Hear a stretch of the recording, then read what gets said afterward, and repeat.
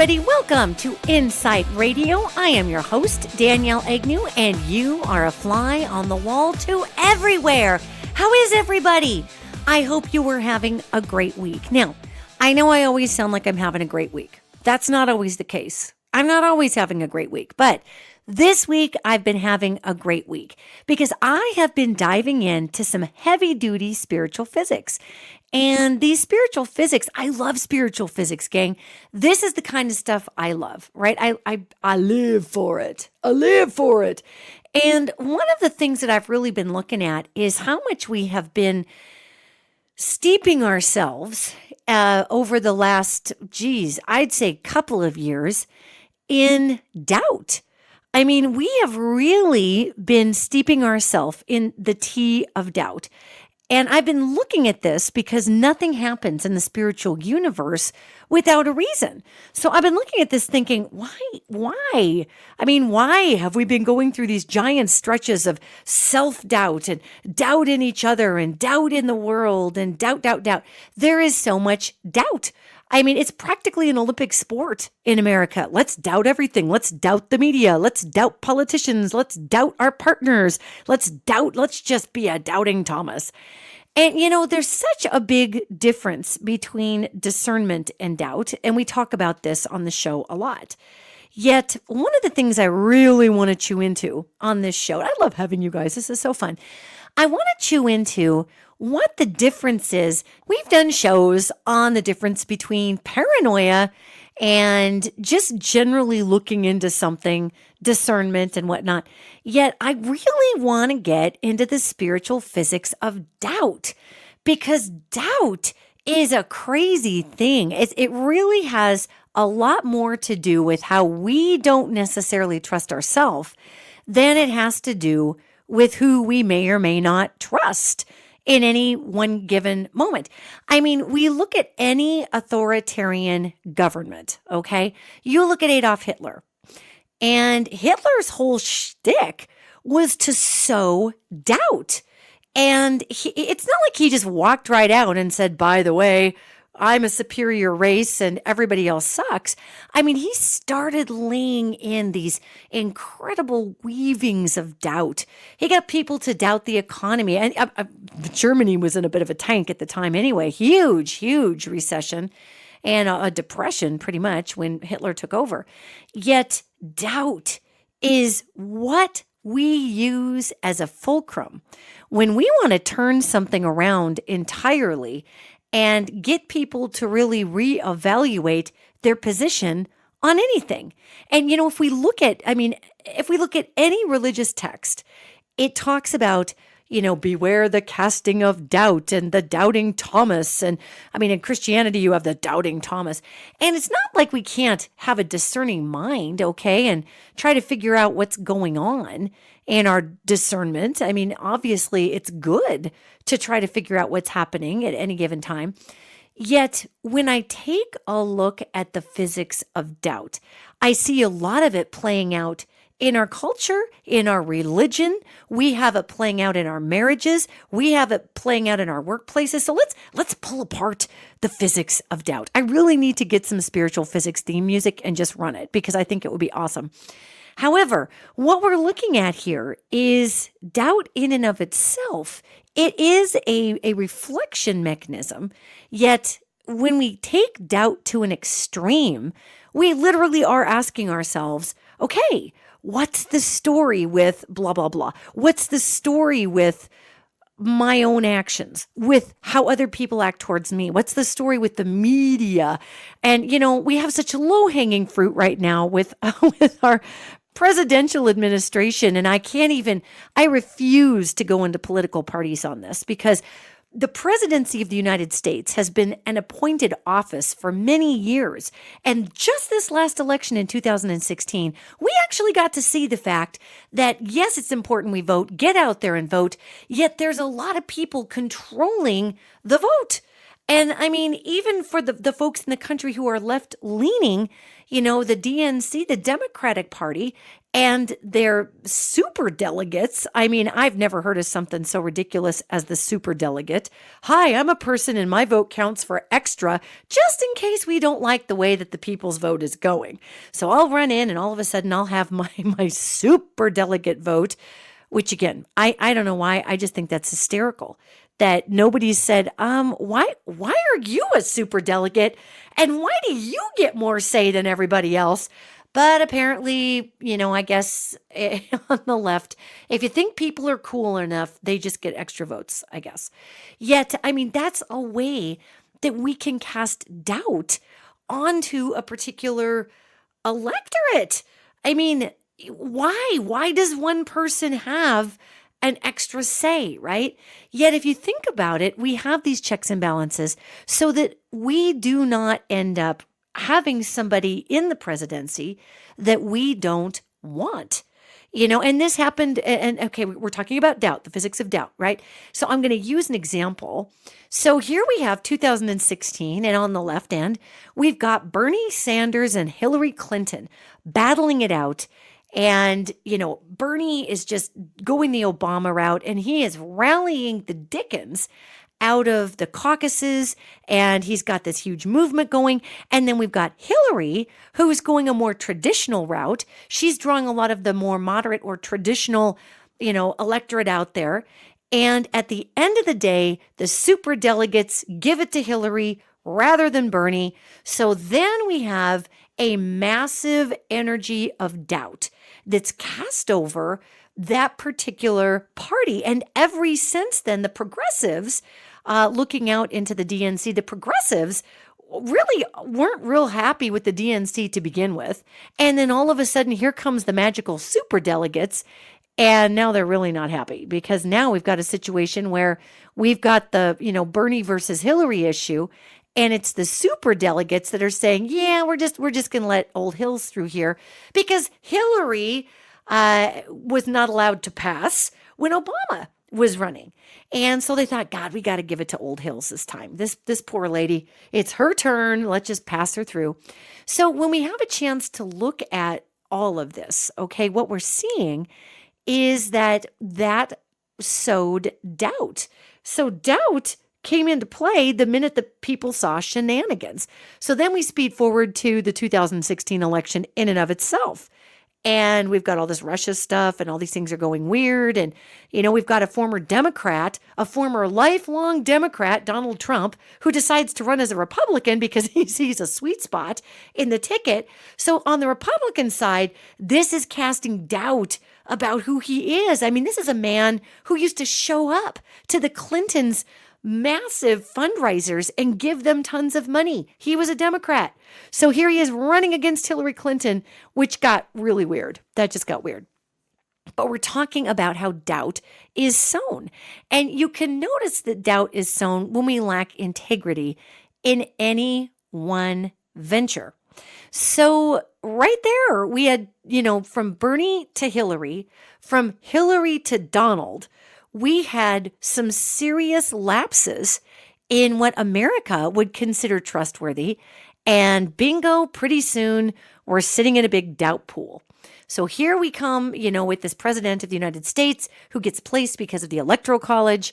And we find out that the states that put him over the line in the Electoral College were all the states that got gerrymandered. And there was some weirdness with voting machines and, all kinds of craziness there. Again, doubt is instilled. So what is the physics of doubt? Well, doubt is when we decide that whatever is going on isn't going on, but we can't prove it. So we doubt it. And the problem with doubt is there is a place for doubt. There's a place for us to raise an eyebrow and say, ooh, that got weird. Ooh, we need to check that out. Yet the problem is too much doubt, which is what we've had just bingity back to back. And say that 10 times real fast. I can't even say 10 times real fast. Bingity back to back. What we've got is we've got a culture of doubt now running around not only the United States, but the world. I've got a lot of friends in the UK. And my friends in the UK have been telling me that they have a mirror issue going on with Brexit and the fail of Brexit and all these different things happening over there. And the level of doubt in the UK with their government is at an all-time high. The level of doubt in the American government is at an all-time high. So why am I talking about government when we're talking about the physics of doubt? Well, you know that saying, poo rolls downhill? It actually does. And when I went to Scotland years ago, I happened to notice that all of the castles were literally on the top of hills. You go to Edinburgh. Edinburgh is fascinating because you've got Stirling Castle, which is gorgeous, by the way, and it sits on the top of a hill, and the rest of Edinburgh is down below Stirling Castle. Now, when Stirling Castle dumped its sewage, that sewage literally ran down the hill, and the gutters in the old parts of Edinburgh are almost 2 feet tall. And the reason being is that literally in the gutters, the raw sewage ran rampant all the way down from the castle. So you would find just feces and urine running down the streets if you were a common person, and people would step over the streets because the streets are arched in the middle onto the 2-foot tall curb and do your business. So poo rolls downhill, not just in the physical sewage form, but also spiritually. Spiritually, poo rolls downhill big time. You know, if you look in any religious text, we're going to pick on the Christian Bible just for a second because that's my personal background. I don't want to speak out of turn on some of these other religious texts that I've studied but don't know in and out. And so you look at the Christian Bible and you hear these weird, freaky, almost curse-sounding things like the sins of the father. The sins of the father are passed to the son or the daughter or whoever. And that is a spiritual example of poo rolling downhill. So why am I starting out talking about government and poo? Well, you know, not only right now are those two things highly commensurate with one another, yet what we're seeing here is when we have doubt in our leadership, then there is a spiritual tenet that actually states that, you know, we pick our leadership, supposedly. We supposedly choose our leadership. And when we doubt that process, what begins to happen is those physics of doubt fall down, and pretty soon we start to doubt everything else. We start to doubt our choices in work. We start to doubt motives of people around us. Because if the highest office in the land is something that we doubt, or how somebody got in, we doubt, then if that is supposed to be the unshakable litmus, then what the heck is going on in our own neighborhood, right? So the physics of doubt are like a contagion. And when we have doubt planted in very pivotal places, like the presidency, like maybe a CEO of a company or a beloved religious figure. I mean, how many times have we heard the story of the evangelical preacher who was caught with 19 hookers in a cheesy hotel and all of his flock quakes with doubt? I mean, this is a thing, right? So the physics of doubt is there so that we can actually allow ourselves to say, man, how much power did I give that? How much power did I give that? A. B, if doubt is a contagion, then it begins to infect the healthy areas of our life, because doubt is an agent to where we can actually continue to gaslight ourselves. Okay, so how does that work? Well, let's look at this. Let's say I'm somebody who voted for Donald Trump.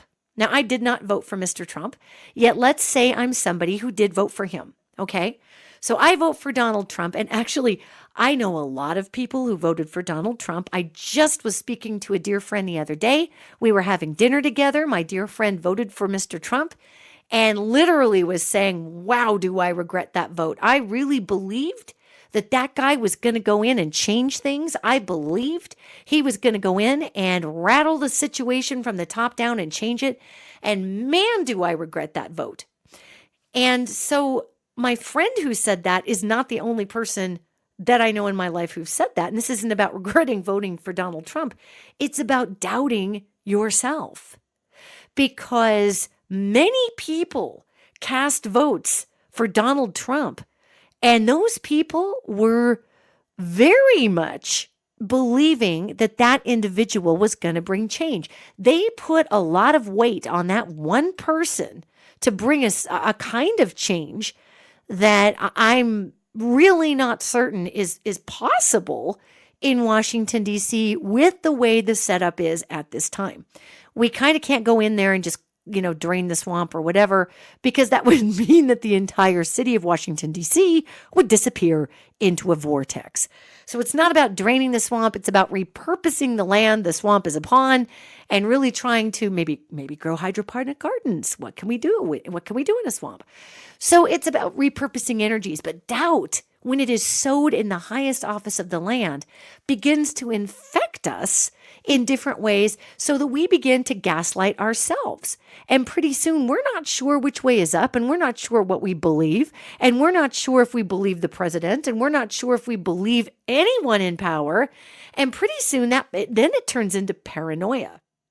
And this is something that I find really interesting, is that when doubt is allowed to be a contagion, when we do not evaluate what we doubt for why we doubt it, and we just continue to freak out about it, the physics of doubt turn into not only a contagion, but it literally turns into a halting mechanism. So why am I talking so much about this and really beating the fine points? You guys are probably sick of me talking about this already. The reason I'm beating the fine points is because we in America, and again, I have a lot of friends in the UK that are telling me that they are struggling with very similar issues that we are. Yet we in America are hobbled at this time by doubt as a contagion. So I want to talk about how we can get this contagion out of our system, how we can have a healthy sense of discernment, but how doubt in and of itself is a mechanism for bringing fear and halt to a major system. So you'll notice in our country that, we continue to have shooting after shooting. We continue to have, all of these presidential candidates that are coming forward to join the race. I mean, I swear it's an Olympic sport. Who's going to join the race on the Democratic ticket? People are coming forward all the time. People are dropping out. Yet at this time, we don't know what to believe anymore in America. And more than that, we don't even know how to believe ourselves. That's the bottom line. This is how hard the contagion of doubt has hit America. I have really, really good friends that work in the media, and we're talking big connected media like the New York Times, the Washington Post. And I have friends who work in the journalism end, and they even have said that because we are in this heavy gaslighting time frame, that even they are looking at their editors. They're looking at their colleagues. They're wondering who is fabricating what, even though they're all here to bring truthful information through, because the physics of doubt have become so prevalent. How do we know? How do we know it's real right now? How do we know that CNN and MSNBC aren't just as jacked up as Fox News, which, by the way, I have to share this little pin in it. We can tell that doubt is not winning because, Disney bought Fox. That's not a big shockaroo to anybody. And Disney bought everything in Fox except for their news department. Disney was like, yeah, we have a fantasy division, so we're just going to keep our own fantasy division, and y'all can just do your news show, program, news magazine, whatever that even is over there. We don't want your news. So anyway, my journalist friends are actually struggling with their own sense of doubt about their own industry, even though they know that those newspapers are there to spread information, not disinformation. So how do we begin to tell? How do we begin to tell what's right and what's not right? And obviously, I have friends who don't use the word right or not right. I mean, from the angelic perspective, these are all lessons we're learning. Is there such thing as a right or not right with the angels? Well, they think we're all kind of kicking in on some lessons, and some of the lessons they roll their eyes at heavily. Yet how do we get rid of the doubt in ourself to go forward in our life when we doubt the government, when we doubt our news sources, when we've got a pathological liar in the presidency who has had his whole life padded for him by wealth so he could lie, and those lies became the truth because you got enough money in America, you can buy the truth, doesn't matter, right? I mean, we literally are having the opportunity to have the largest spiritual lesson in discernment ever right now. So for everybody out there that doesn't like the Trump administration or Donald Trump, someday we're all going to look back and say, my God, it was the Trump administration that actually ended up being the change in how we did things in America. And so, in a super roundabout way, old Don is going to get his wish of draining the swamp, except he's actually going to be part of the swamp that goes. However, his dedication to illusion is also the same dedication to illusion that we labor under here in the United States. I mean, I love my country, gang. I love my country. I mean, and we used to get into good-natured arguments and just discussions, actually. I mean, once in a while they turned into an argument, but they were discussions about what was right for the country.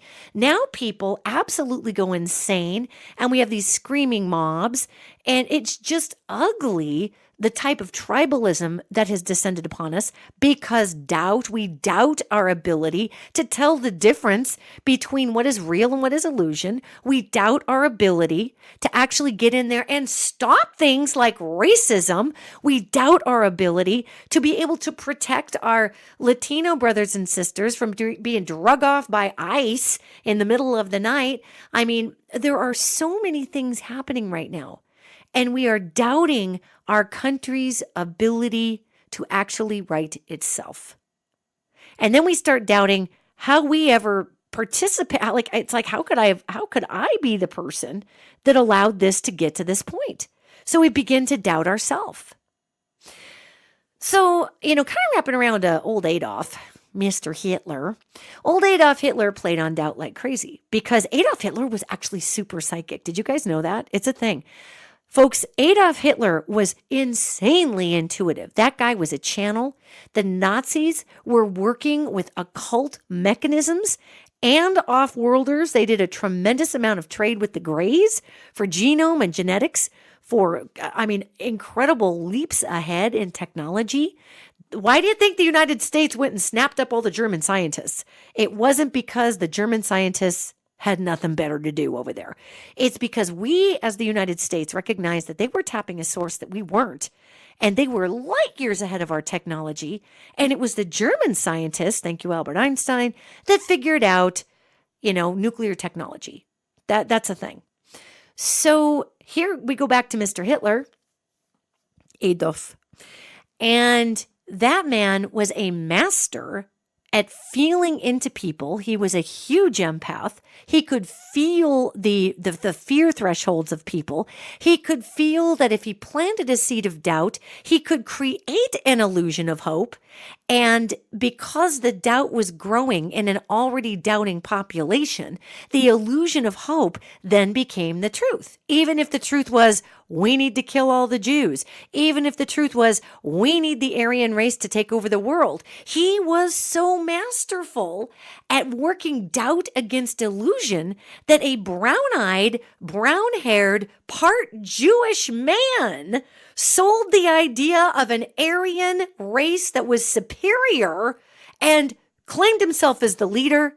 And he was so effective at working the doubt mechanism that people looked right at him and did not even see that he fit the demographic that he was rallying against. This is how powerful the contagion of doubt can be. Now, are you following what these angels are laying down? Are you following what we're laying down here? So let's talk about this. How can one seed of doubt become so powerful that you could be staring, like we'll take Hitler as example. You could be staring at a brown-eyed, brown-haired, little short man of Jewish descent and be told that he was the leader of the Aryan nation. How could the doubt be so powerful in someone that they could buy into the illusion so heartily? Because we have built a world that is based upon fear, upon the illusion of lack. We have built a world that is so easy to poke holes in. All you need is a little pinprick of doubt. And you can sell the biggest lie that ever lived. So let's speed forward in America. Here we have this gentleman, Mr. Trump, who is a gazillion, manillion, quadrillionaire, stumping for the common folk out there, saying, I'm one of you by heart, and I'm gonna bring this country back to you, and we're gonna drain the swamp. And he is the swamp, yet he played on the doubt that already existed in people who have been disenfranchised in this country, who really are, many of these people have been tossed away. And, they're called the throwaway demographic. They don't affect electorates. They don't affect anything. A lot of the people that voted for Donald Trump were and still are on social programs. So here's this billionaire saying, oh, you know what? I'm going to come in and rescue you. And people are not seeing the self-serving billionaire that has declared bankruptcy a zillion times isn't who he says he is. You just wait. Here's a prediction for you.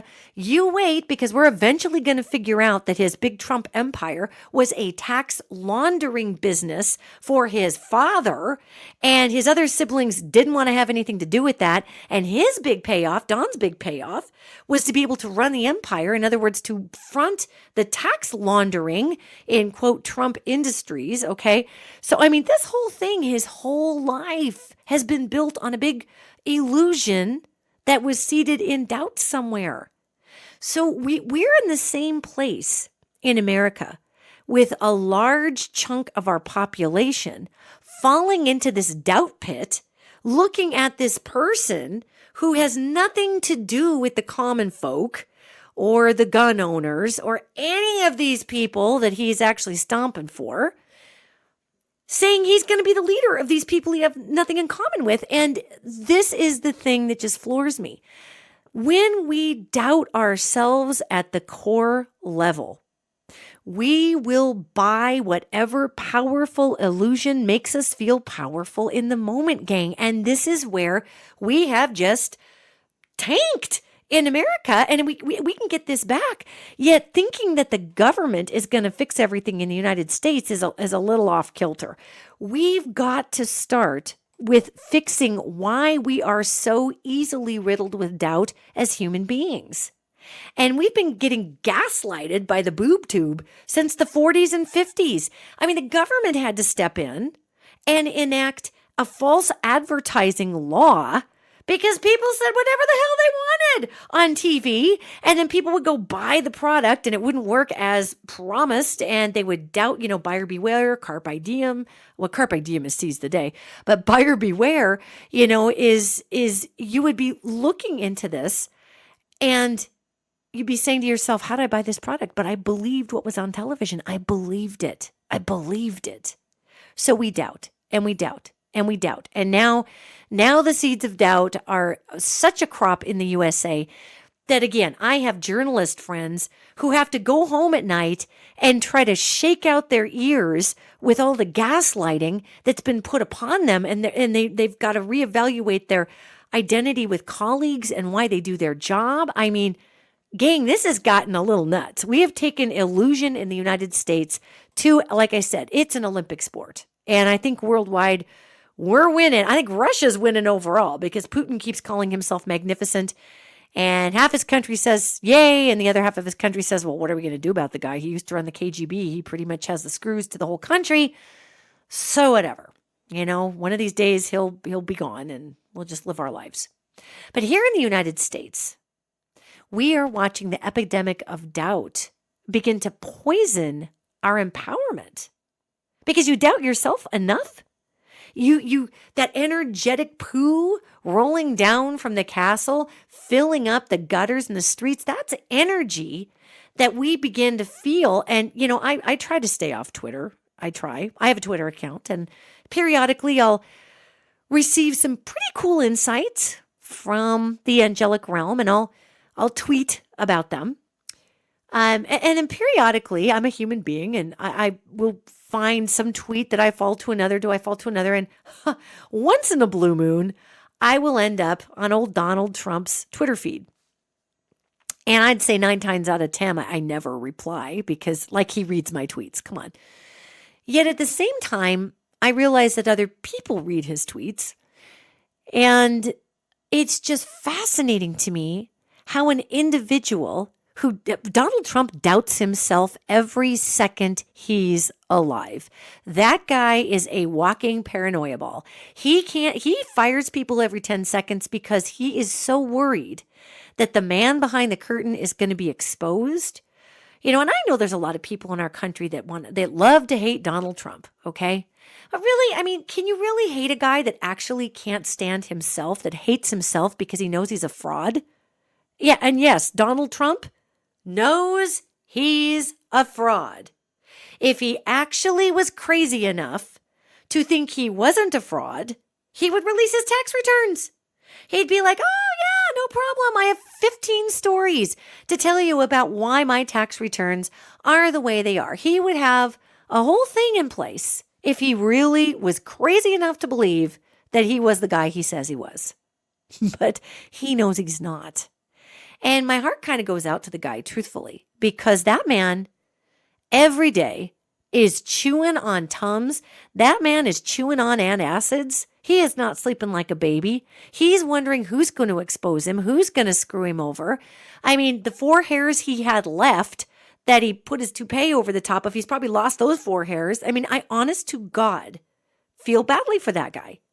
Because at the end of the day, this whole doubt system is going to spit him right out, and he's going to be yesterday's news, and that's also his personal hell. And he's going to be, just except for a very small group of fanatics, he's going to be a failed president. He is in a failed presidency right now. And even though we have some pretty horrible things that have been going on, really horrible things, there is an end to it, okay? And the end, and it's not about ending Donald Trump because, guys, he's one dude. Gang, he is one dude. And if you look at the Mitch McConnells and you look at the hardcores, even to some degree, the way that the structuring of the Nancy Pelosi's, and there is a bigger mechanism here besides this one dude. He's just one guy. So periodically I end up on his Twitter feed.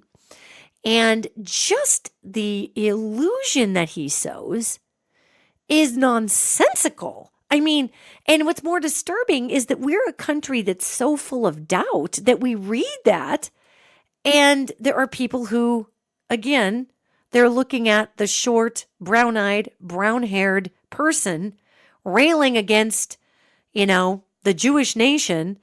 And not that I'm directly comparing Donald Trump to Adolf Hitler. I do find a lot of their modality to be stunningly similar, and that's really super fascinating. However, that's what you get when you have a weak leader. Adolf Hitler wasn't actually a very strong leader. He was a charismatic speaker, but he was not a strong leader. He had to lead through fear. And he had to get people whooped up and empowered through fearing something else. That's not the sign of a strong leader. A strong leader is able to empower people and not use the doubt mechanism. So the spiritual physics of doubt are there and very much are made to shut things down. And again, doubting something can be productive if it does not become this treadmill system that turns into paranoia. But then again, that's called discernment, not doubt. The spiritual physics of doubt are to halt. And I mean, even if we're doubting something in our own life, let's like take the focus off the government for a minute. Let's say we're doing our own home budget and maybe we're not the best with money. Maybe we get a little crazy with the credit cards. We go a little shopping crazy there. And we doubt our ability to manage money. Okay, we doubt that. So then we get a raise. Here comes all this money into our account. And we're automatically paranoid. Oh my God, we're excited. But then we think, okay, for once in my life, I'm going to start a retirement account. I'm going to do all these things. But deep down, we're really doubting that identity in ourselves. We're doubting our ability to actually do something that would, maybe be good in a way for ourselves. We are doubting that ability. And instead, we're drawn to the fact that not only are we doubting our ability to actually save money, but now we're paranoid that we can't save money. So then we get ourselves into a mental stasis that freezes ourselves because we're doubting whether or not we're ever going to be able to do this. And while we're in this doubt pool, all this money's coming into our checking account. And we're looking at this balance going, oh my God, it'd be fun is to take that trip. It'd be fun is to go and finally get that pair of boots I wanted. It'd be fun is to put a down payment on a new car that I've always wanted.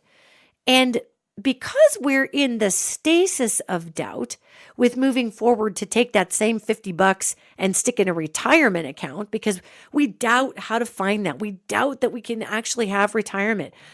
We blow through $1,500 on crap because we are in the stasis of doubt. So doubt can halt us. Doubt can also halt us in a very positive way. If you have that pit gut, weird, rot gut feeling that something's just not going right, and you're like, ooh, I've got a feeling that I'm doubting myself.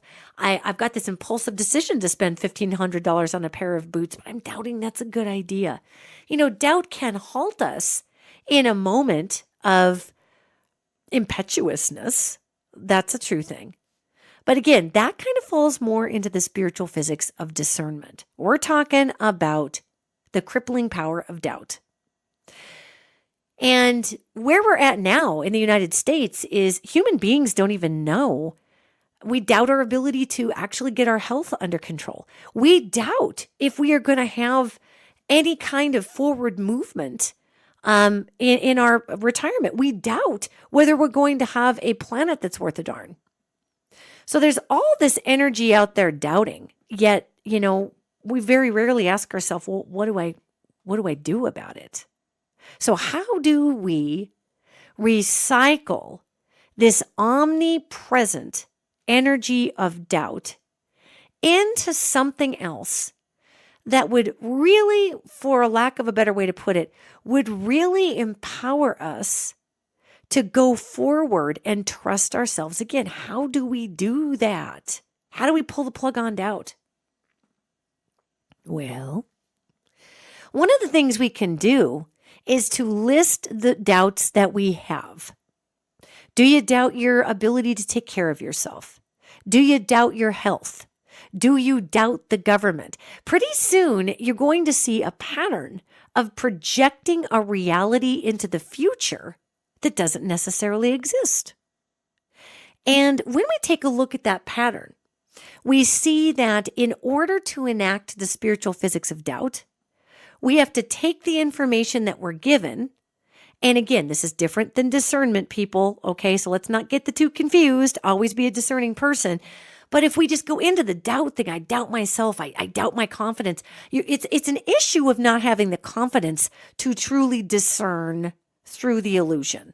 Okay, that's really what it comes down to. If we're too much in doubt, we can't even access the action of discernment because we're too far doubting everything. We doubt ourselves. We doubt everybody else. We're just freaking out. And we just seize up like an old 1975 truck engine that ran out of oil. We just flat seize and we're done. So one of the ways that we can overcome being a compulsive doubter is to make that list of doubts, but instead of calling them doubts, we're going to call them insecurities. Insecurities. What are you insecure about? Are you insecure about your ability to save money? Are you insecure about your relationship? Are you insecure about your ability to be faithful to your partner? Are you insecure about the fact that there will be no Social Security? Are you insecure about the fact that the government may not actually have our backs in America? Newsflash, shocker. Are you insecure about your willingness to draw your body into a healthful place out of an unhealthy place? Now, look at that list of insecurities. If we allow those insecurities to take root, then we have doubt. And if we doubt ourselves and we doubt everything and we doubt the media and we doubt this and we doubt that, and I mean, not discernment, gang, but going into the full tilt, insecure shutdown of doubt, we are living in fear. And if we're living in fear, we are creating outcomes that don't exist and designing our entire existence around illusionary, false, made-up outcomes. Okay? And that is really the definition of super crazy, in my opinion, because if I'm going to live my entire life in a made-up outcome, then why does it have to be the worst case scenario? Why can't my made-up outcome be, I'm somehow going to have enough money in the bank and I'm going to be somebody who is able to manage my money and who is going to successfully limit my carbon footprint on this earth, and my existence is going to be in service, and that's where my illusion world is. I am going to have so much prosperity that I can shower it on organizations that are doing good work in the world. I can stand next to good people who are running for positions of stewardship or civic duty, and I can contribute to them, and that is my illusion.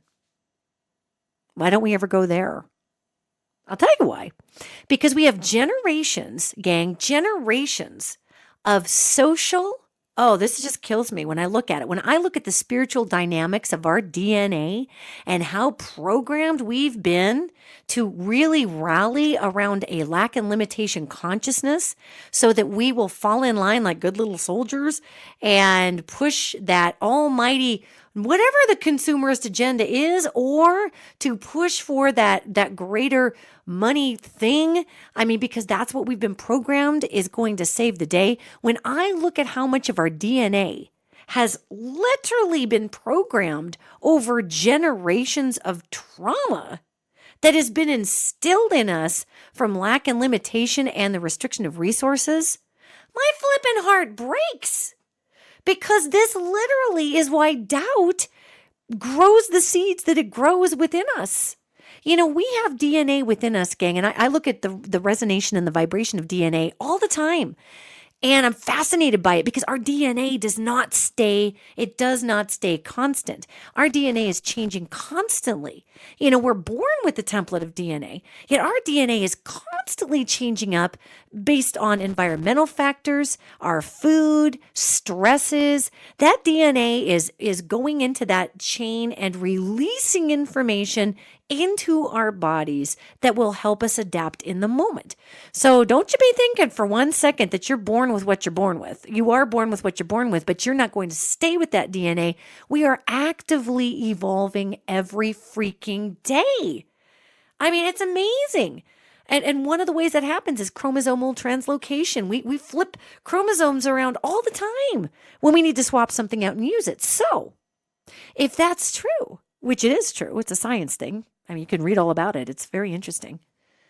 If that's true, then we do not need to be the victims of 2,000 or 3,000 years of westernized doubt embedded into our DNA as a trauma mechanism in order to, from basically trying to stay alive, but also doubting ourselves and doubting our own choices, because really we've had a lot of that programmed into us by a lot of organized religion.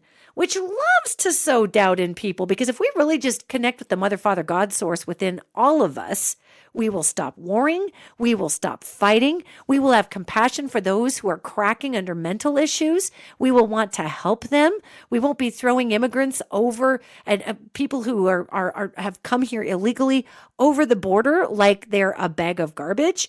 I mean, if we actually accessed the Mother, Father, God within us, which exists inside of the nucleus of every cell that we have, our DNA cannot touch the flesh, gang. Our DNA has to be in its own protected nucleus that has literally a different, not even just chemical makeup, but of different vibration than the flesh.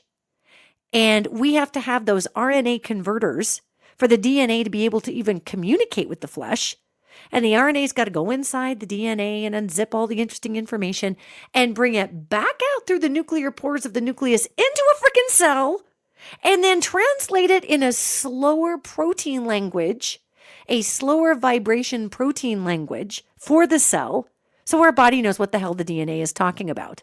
Because if the DNA touches the outside of that cell, the slow flesh, it dies.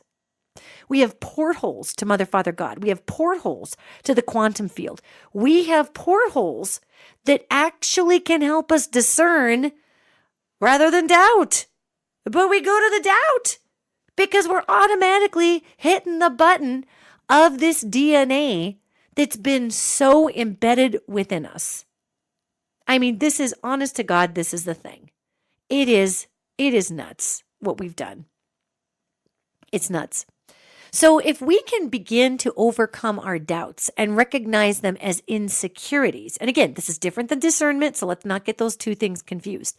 Doubting is where you're just paranoidally casting an illusionary net of the worst case scenario and shutting the store down. And that is a major mechanism for any kind of authoritarian anything to take over. Because if I can get you to doubt yourself and trust me, well then, by God, I'm in the driver's seat, right? And because of, as we've discussed, the many, many reasons, culture, religion, chromosomes, I mean, there's DNA, there's a million reasons that we automatically go to doubt. So if we can begin to debunk this doubt response, this spiritual physics issue, and we can begin to make lists of insecurities rather than doubts, we will see them as a choice rather than this nebulous, weird, mysterious, creeping gut feeling of worst case scenario, wearing the doom and gloom costume, skanking around in the corners where doubt's just going to come out at any minute and snatch away our hope. And oh my God, I mean, that's just too much, gang. It's too much, okay? So let's first start by owning doubt as an insecurity. And you might be insecure that something is wrong in a situation. Well, take a look at it. Is it really wrong, or are you just freaked out that it might be wrong? Or is it wrong? Are you afraid it might be wrong because you've been screwed over before in a similar situation? So you're casting this situation in the same role as the one that screwed you over the last time so that you can anticipate the pain. Okay? Doubt. Gang, discernment is one thing, but we can't get into a discerning place if we're full of doubt. Doubt is the Debbie Downer of the emotional spectrum of discernment.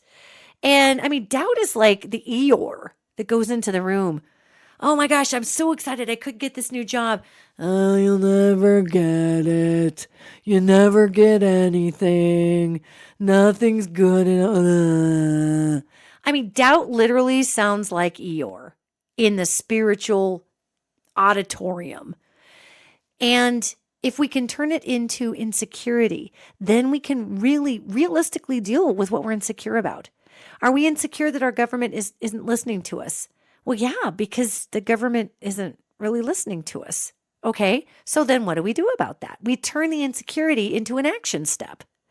I'm really insecure that I won't have the confidence to get this job. Well, I'm too insecure to put up for this job. Well, why? Well, because I might not get it. Okay, you might not get it. So apply for it. Worst case scenario is you might not get it. Nobody has burst into flames from not getting a job. okay? Maybe we wish we burst into flames, but no one to date has spontaneously combusted, or if they have, it has not been made record of from not getting a job. So rather than having the doubt that the Eeyore take over, you'll never get it, that's stupid, rather than having that voice come out, just go ahead and talk to your little insecurity in there. And I literally want you to have conversations, gang. And this is how these angels talk about this. They said, that which dwells within is all authored within the self. None is wasted, which basically means doubt isn't necessarily even bad if you can balance it and see that it's there as a contrast to the greatest outcome that you think could possibly happen. Except we never really get to the contrast part. We're too busy going, and we don't get to the yay! So we're stuck in this weird hole of just, wandering around looking like a really sad Peanuts character half the time. So try this. So you make your list of insecurities. It is normal to have doubts. I have a ton of doubts. I too am human. I too have those thousands of years of DNA with packed weirdness in it that tell me that I can't do things. Why try? I have all those things in there. I am very fortunate in that I bounce a lot of that off of these angels and say, am I being paranoid? And then they always come back and say, well, what is paranoid? Let's discuss paranoid. Is paranoid a lesson you'd like to learn? And pretty much they don't help me for me. So I'm like, great. Okay. So look at your insecurities and give your insecurity a personality, and don't make that person, that personality, don't make it awful. Our insecurities are actually meek. And if they had a voice, they'd be like, hey, I hate to be the one to tell you this, but you might not get that job, okay? And I don't want you to be disappointed. Our insecurity is where we actually hold a lot of compassion for ourselves, except we wrap it in fear and then it turns into insecurity. So instead, if you could have a conversation, geez, I really want to go out for this job, but I doubt I'm going to get it. Send out to the back of the room and say, I'm insecure I wouldn't get it. And let insecurity talk to you. And insecurity will come up and say, I'm just so worried that you're going to get your hopes up and get your heart broken. And I love you and I don't want you to hurt. And you'll say to insecurity, well, I get that, but I kind of need your support right now, man. I mean, I don't need your fear. I need your support. And insecurity says, oh, I know. I shouldn't act like this. I'm so afraid that you're going to hurt. And it's rough when you hurt. It breaks my heart when you're hurting. And maybe it's just a better idea if we just go the safe route and we don't hurt. And then you can say to insecurity, you know what? I completely appreciate your compassion for me. I appreciate your love for me. That is awesome. And I'll tell you what, we're going to do that. Don't you worry. You do not have to be responsible if I go out for this job and I don't get it. You are not responsible for that. Okay. I am. And I appreciate that you wanted to come forward in love. Yeah, we're going to try something different. We're just going to go for it and we're going to see how it goes. And you are off the hook and trying to save me from my pain because it's just a decision I'm making. And if I get it, I do. If I don't, I don't. It's not a big deal. And you just watch. Insecurity will say, okay, if you got it handled, I'm with you. Okay, go for it. I'll be here for you though, but just go for it. And that's how we waylay doubt. That's how doubt gets to, doubt's still over there going, I think you suck, right? You're never going to get it. Doubt's going to be over there. That's doubt's job. It's spiritual physics. On the periodic table, it is to halt. So these are just a couple of mechanisms that we can look at in our wider life. If you doubt if you doubt the government, doubt the media, there's some good reason to doubt the media right now. However, let's not doubt the media. Let's just be discerning in the media sources and in the tone in which they are approaching us. We don't have to doubt everything across the board because that's that Eeyore energy. Being discerning about what we're hearing is different, yet we can't discern and doubt at the same time. Doubt erases everything. Doubt takes discernment right off the table. So you can see how easy it is if I'm an authoritarian wacko that wants to control everybody. All I have to do is just barely wiggle that 3,000 years of genetic information in us that creates doubt and the shutdown, and then create a grand illusion that nobody's ever seen yet. Because think about it. If I'm buying into this great big thing that I've never seen yet, it doesn't trigger doubt because it's not happened. Nothing like that's ever happened. That's the candy bar dangling in the sky. So, I mean, the irony is, in order for doubt to really work, you've got to dangle an incredible hope in its place. Now it's going to get really complicated. So if that's really true, and we have the physics of doubt taking root, in order to create a shaky foundation of our own belief in how we could either go forward or believe in a government or get a job or save money or be a good partner or whatever the deal is, or be sexy in bed or whatever you're doubting in yourself, okay? Whatever. Again, replace that with insecurity. And if it's just insecure, then this crazy big shiny hope thing doesn't have as much power because the power goes back to us to be empowered to remove the insecurity in order to move forward to grab the hope. And that's how, one of the many reasons, we can debunk doubt in ourselves. And you might have to listen to that a couple of times. But that's how we debunk doubt in ourselves. And the great shining hope on the hill that we get sold, especially as Americans, oh my God. I mean, seriously, I could practically throw up in my own mouth over the fact that we are sold this doubt versus shining hope on the hill contrast as a marketing mechanism all the time. And if we allow our compassion to come forward and our insecurity instead of doubt, is that possible? Is it really that bad? Do we really need that much of a hope? Do we really need blah? You know, as soon as we stop making human beings into projected supermen and superwomen, because that's never going to work. I don't care who you are. You know, nobody's perfect, so that's not going to work.